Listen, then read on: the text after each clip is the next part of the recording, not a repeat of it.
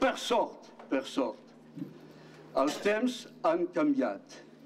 Els temps han canviat i l'Estat ha canviat. Si el senyor Mac s'ha pogut expressar no fa gaire, 3 mots, cal dir, en català,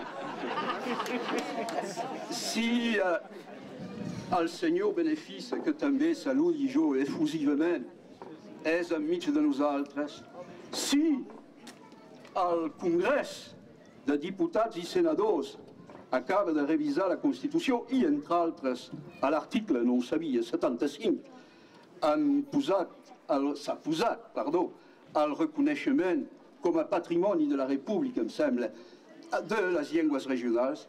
Tot això ha canviat. Ha canviat perquè els il·lusos de l'inici van anar treballant. I jo ho dic, aquest magnífic edifici és no pas un somni, no pas un miracle, és el preu d'un esforç col·lectiu, d'un treball continuat, perseverant. I vull saludar aquí els mestres de la Bressola, que durant aquests 32 anys han fet aquesta feina. L'han fet bé, perquè la Bressola és pas únicament una escola catalana, és una escola pedagògicament exemplar. I això s'ha de dir. I els hauria de citar tots els mestres des de l'inici.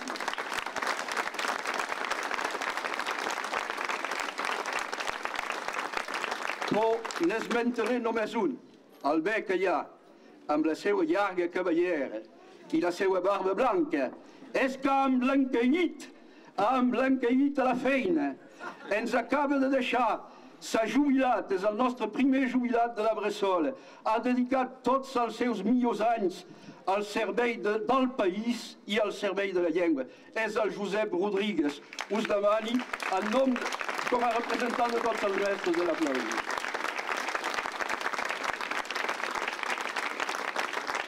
Hi ha hagut molt de treball. Treball dels administratius. Oi, Eva Bertrana. Perquè si no hi ha administració, a l'inici érem il·lusos, a l'inici teníem un poc l'esperit dels irlandesos quan van crear les Edge Schools sota la bota britànica.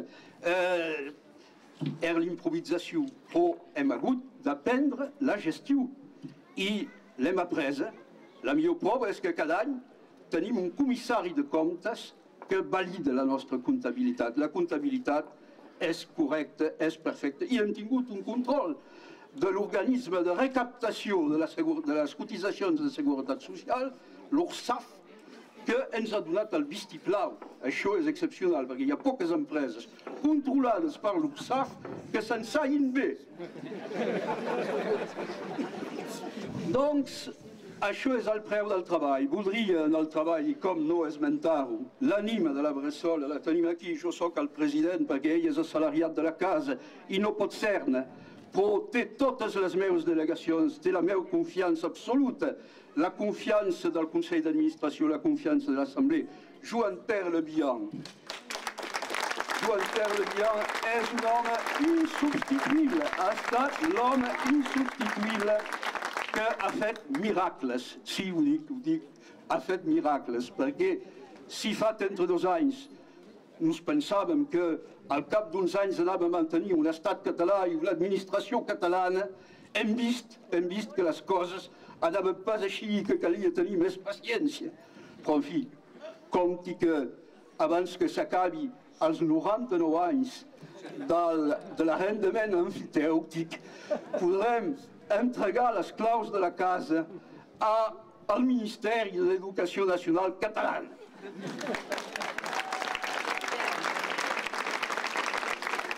Vull també saludar la feina del Sud, la solidaritat del Sud, la presència aquí del Jordi Pujol i, evidentment, del vicepresident de la Generalitat de Catalunya, el senyor Josep Lluís Carlot Rovira, i del president, Ricard Gené, del president dels Amics, i del senyor Colomer, del qual s'ha dit, i ho repetiré pas, la feina decisiva. Doncs tota aquesta xarxa de solidaritat a certs moments de l'història de la Bressol ha estat vital. La Bressol ho dic, la Bressol no existiria pas si a certs moments, quan precisament l'URSSAF els posava al tribunal perquè no podien pagar les quotes, si no hi hagués hagut aquesta solidaritat formidable, aquesta solidaritat fantàstica.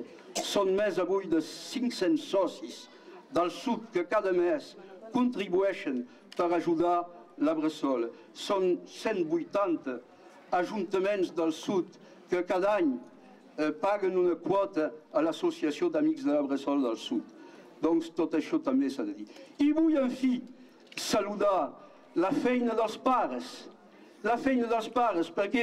i del tresorer de la Bressol. Parlava després de la gestió, mais sense el Gerard no haguéssim pas arribat on hem arribat. Els pares, no som una escola qualsevol, som una escola per fer un país.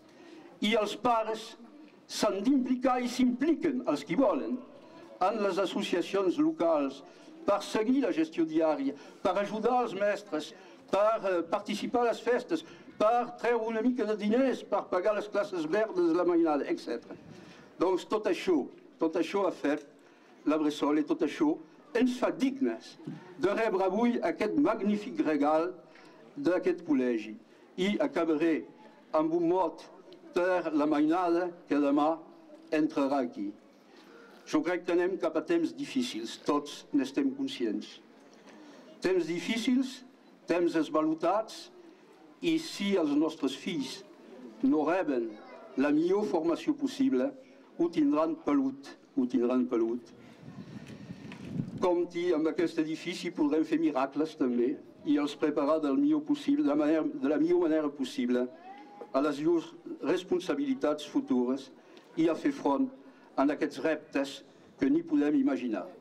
Per acabar, evidentment, donar les gràcies a tots els qui han fet possible això, el senyor Colomer, la Generalitat, representada aquí per l'insigne Josep Lluís Carod Rovira i anteriorment el senyor Jordi Pujol, que ho cal dir, i això demostra que la Bressol és cosa de país, és pas cosa de partit.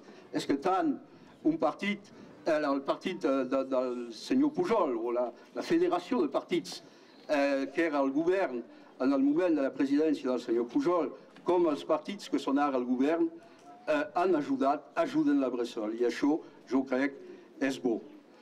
Llavors, companys i amics, per molts anys, per aquest col·legi, que tingui una llarga vida, una fecunda vida al col·legi Pompeu Fabra.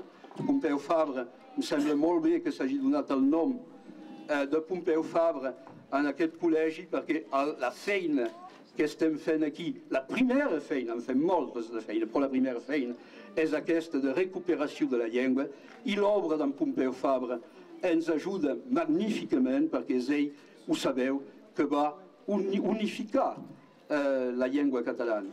Doncs, Col·legi Pompeu Fabra, llarga i fecunda vida, amics, visca Catalunya, visquin els països catalans.